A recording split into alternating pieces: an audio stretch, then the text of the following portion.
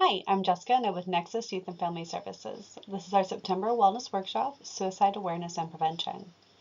In this presentation, we will talk about suicide, but even more importantly, about the suicide prevention.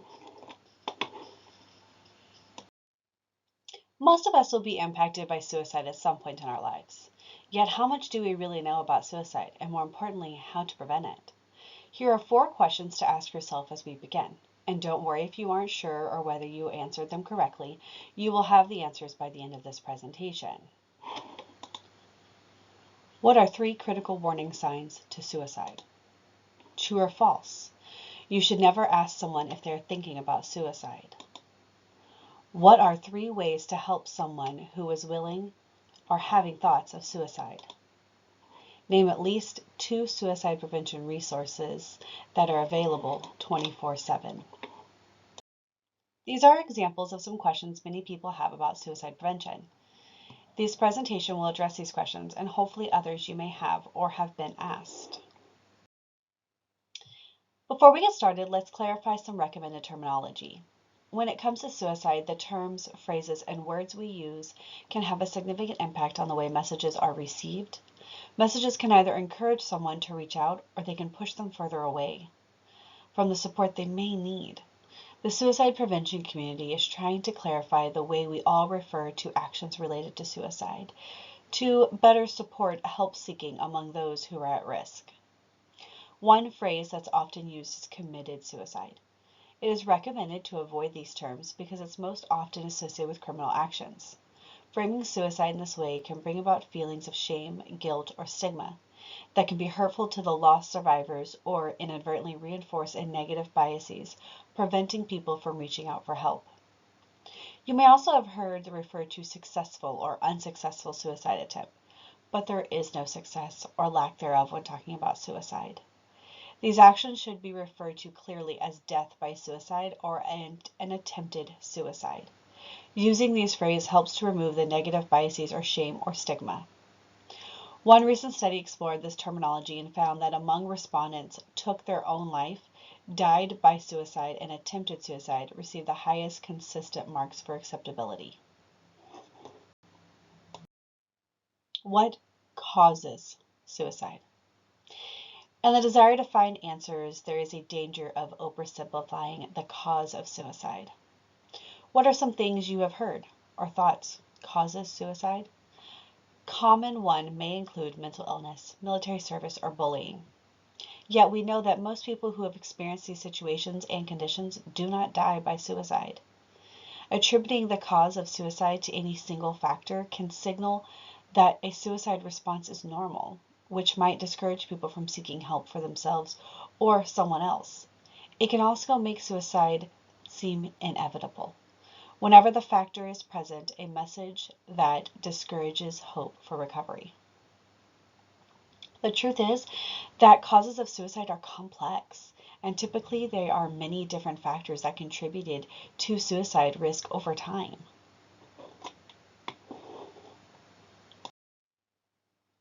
Historically, and even today, suicide carries a lot of stigma, prejudice, and fear. People who are thinking about suicide may be hesitant to tell someone about their thoughts or reach out for help, fear that others may think less of them, or they may be worried about how it will affect their family and relationships or even their employment. They may fear becoming a burden to their loved ones.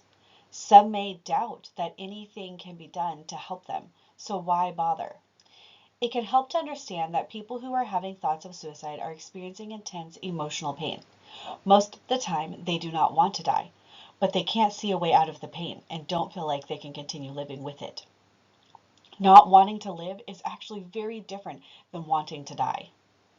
We can reduce stigma and fear around suicide by increasing our knowledge, educating others, and feeling more confident to talk directly about suicide with someone we are truly concerned about. Please reach out and talk to them. There are steps we can take to support suicide prevention. 1. On the personal level, knowing the warning signs of suicide. Being willing to ask someone you are concerned about directly if they are thinking about suicide. Learn the elements of a safety plan and how it can help you keep someone you are concerned about safe. Also, no resources for support, from crisis lines to professional providers. Now, on a community level, advocate for and support suicide prevention training for professional providers, working to create a system of suicide prevention in your community. Let's talk about the more in-depth level. Now, to go in depth. Knowing the warning signs of suicide is one of the most important first steps in prevention. It's also important to know the difference between warning signs and risk factors.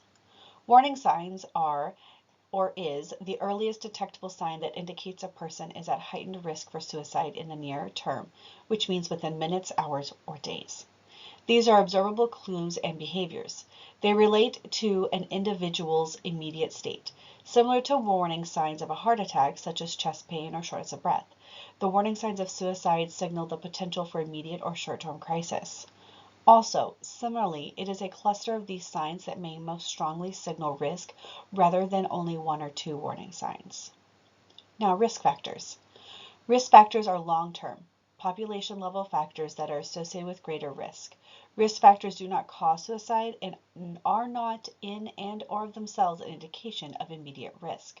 However, to continue this analog, risk factors of a heart attack might include, say, older age, family of history of heart disease, and lifestyle factors. Now keep in mind that every individual situation is different. What impacts one person profoundly might not have the same effect on another due to a wide variety of factors. Many people who have risk factors will not become suicidal. As we said before, suicide is complex. For example, whereas mental health conditions are often seen as the cause of suicide, suicide is rarely caused by any single factor. In 2018, the CDC released a report that examined risk factors for suicide or contributed to suicide.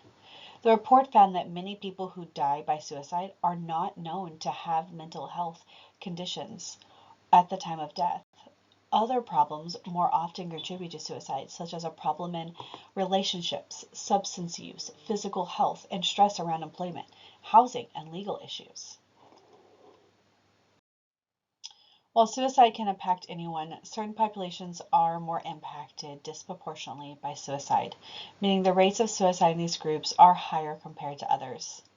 Some of those populations include males compared to females, although females still attempt suicide at higher rates, American Indian and Alaska Natives, older adults, veterans compared to non-veterans, those living in a rural area, and LGBTQ plus adults and youth. It is important to be mindful of the words we use when we are talking about groups that are disproportionately impacted by suicide. To use the example on the slide, we can make statements such as LGBTQ youth are X times more likely to die by suicide, or 22 veterans die by suicide every day. We inadvertently send a potential harmful message. Just because someone is a veteran or identifies as LGBTQ does not make them more likely to die by suicide. Rather, it is risk factors associated with their profession or gender or sexuality. Although much of the attention in suicide prevention is paid to warning signs and risk factors, it is equally or even more important to consider the strength of positive factors against suicide.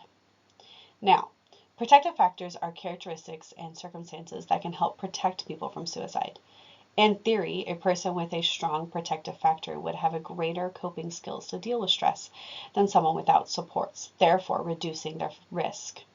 Even someone with very strong protective factors can become overwhelmed and potentially suicidal, but protective factors can create greater resiliency during tough times. Pain isn't always obvious, but most people who attempt suicide give some indication of their thoughts and feelings prior to taking action. The warning signs may be behaviors, words, social media posts, or attitude changes. Learning to recognize these signs and how to respond appropriately are actions that you can take to help someone you are concerned about. The critical warning signs of suicide are always cause for concern and should be taken seriously.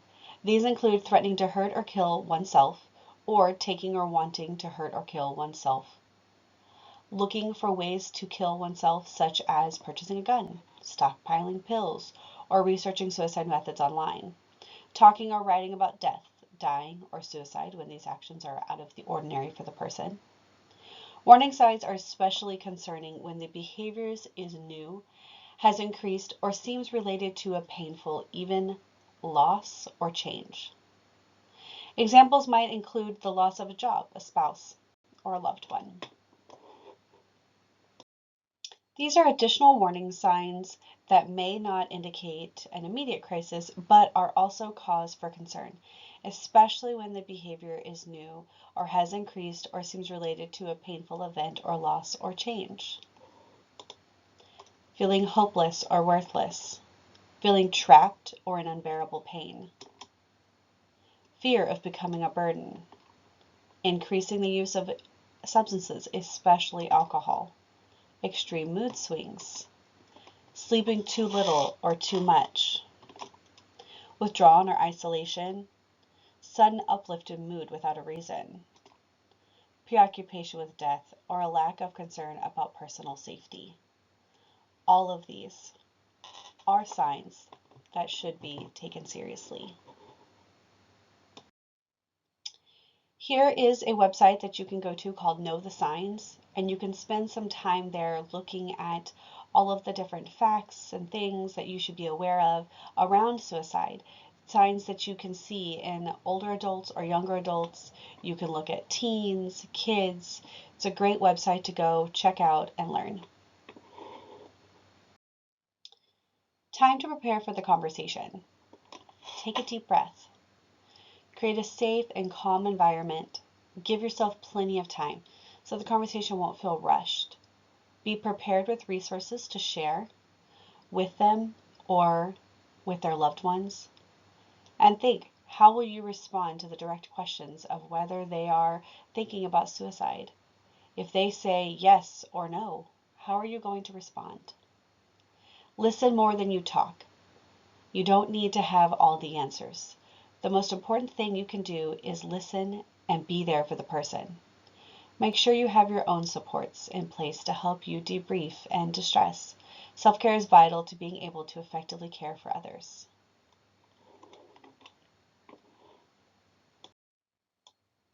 Starting the conversation may seem intimidating, but that often it is important to remember when someone is talking about suicide, they are looking for an opportunity to talk about it. So, you aren't expected to have all of the answers, just creating a space to have the open conversation. Below are some examples of conversations you can have, or ways to start the conversation.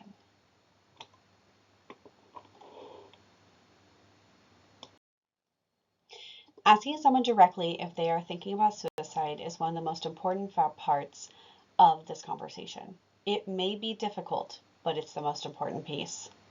We might be afraid of putting the idea in their head or that bringing up suicide will cause it to happen. In fact, the opposite is true. Talking openly and directly about suicide is the first step in preventing it. Often people who are having thoughts of suicide isolate and don't share their thoughts for a variety of reasons. They may feel like they would be burdening their friends and loved ones, or may not believe if anyone may want to help or can.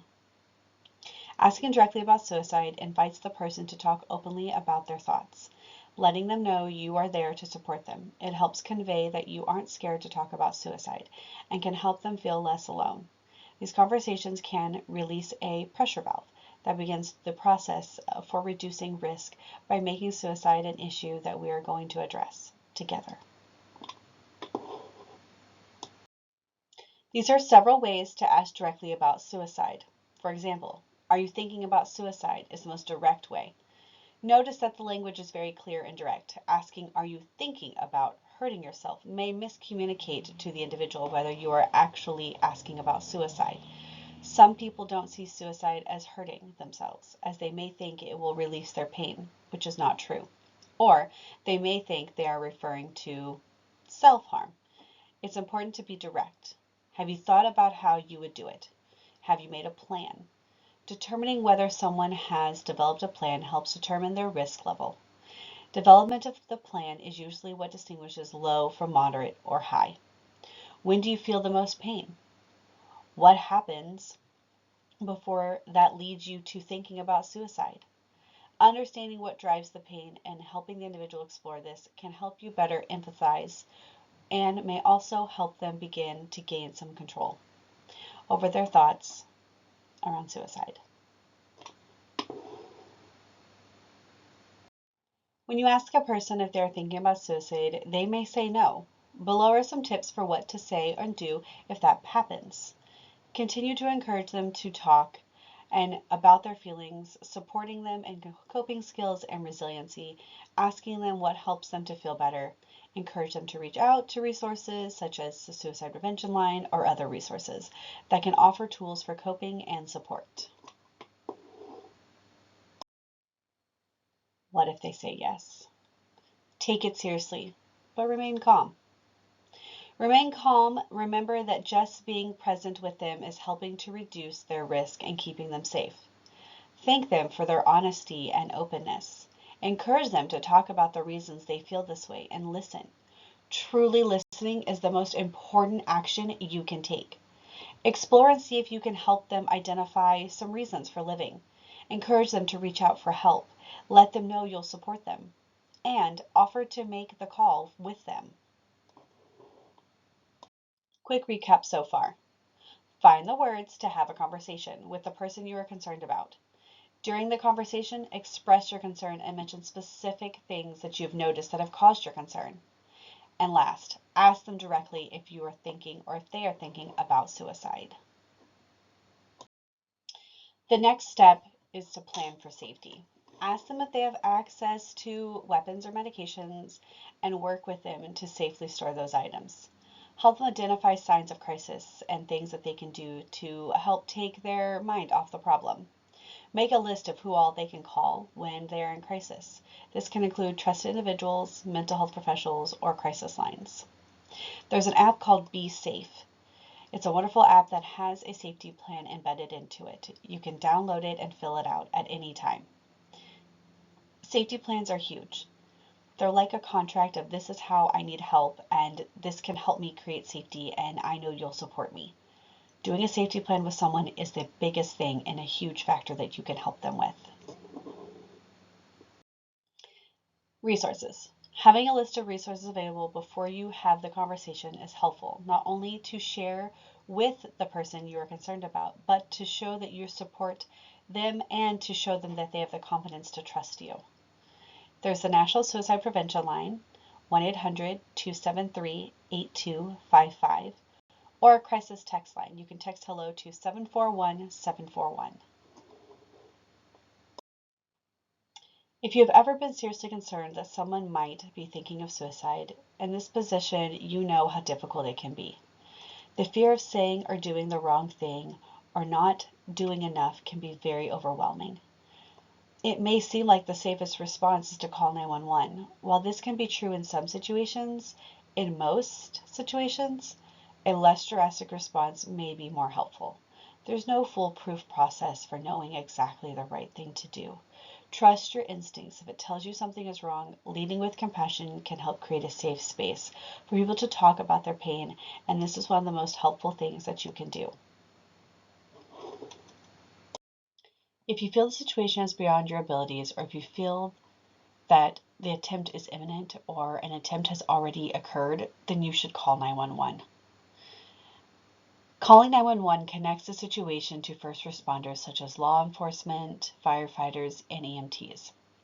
If you suspect that someone is about to do or has already harmed themselves and require medical attention, or if you are in danger, this is the right tool to use. Another great tool on the Know the Signs website is Find the Words. Visit the website and check out how you can find the words with a step-by-step approach to have the difficult conversation with someone you're concerned about. Whether you're worried about someone or preparing to have the conversation or just had the conversation, don't forget self-care. It's important to take care of yourself as well, making sure you have supports in place to help you deal with your feelings and anxieties around the whole situation. Now we're going to move forward for parents and caregivers. As any parent of adolescents or teens know, mood changes can be part of the youth experience. Stay vigilant for warning signs that your child is more than moody, such as significant changes in behavior or persistent changes in mood. Like most of us, youth are likely to be undergoing additional stress and changes in these difficult and uncertain times. So it's also important to keep in mind that some changes are normal responses to current events. Here are some questions you will want to ask yourself if you are worried that your child may be thinking about suicide. What we are looking for is changes in behaviors, especially ones that we discussed earlier when talking about warning signs, especially when they are related to a recent life stressor, loss, or change.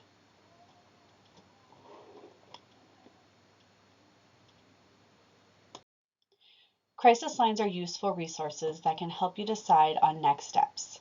Many additional resources are available through schools. You can also talk to your child's physician about your concerns. Here's a website you can go to really grab some great information to show your youth if you're concerned about suicide. The Directing Change program is an evaluated youth suicide prevention program with films by youth for youth. In addition to National Suicide Prevention and Crisis text lines, here are a few additional resources available to the youth. Teen Line is a hotline staffed by youth. The youth answering calls have received training and are also supervised by a mental health professional. Although Teen Line is equipped to respond to crisis calls, many of the calls they receive are a variety of topics, including relationship issues, stress, and anxiety. Teen Line is a nationwide and available every day from 6 to 9 p.m. Pacific Standard Time. The Trevor Projects. Trevor Lifeline is a 24/7 crisis resource for LGBTQ+ youth and young adults. They offer distress and crisis support via phone call, text, or through Trevor Chat. Older adults and caregivers. Health problems, isolation, and diminishing feelings of connection and purpose can put older adults at risk of depression and even suicide. During the pandemic, many older adults are even more isolated than before, but depression is not necessarily a part of aging. It is vital to connect with the older adults in your life. Often listen and be there for them in any way you can, whether it's a phone call, porch visit, emails, or letters. If you're concerned about an older adult in your life, or you work with an older adult, download and share the brochure seen here.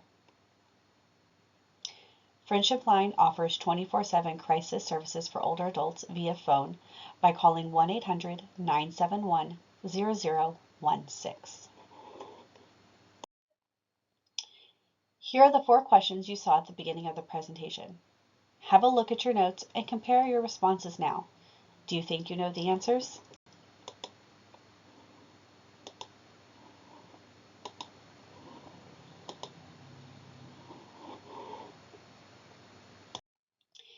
Here are some answers to number 4.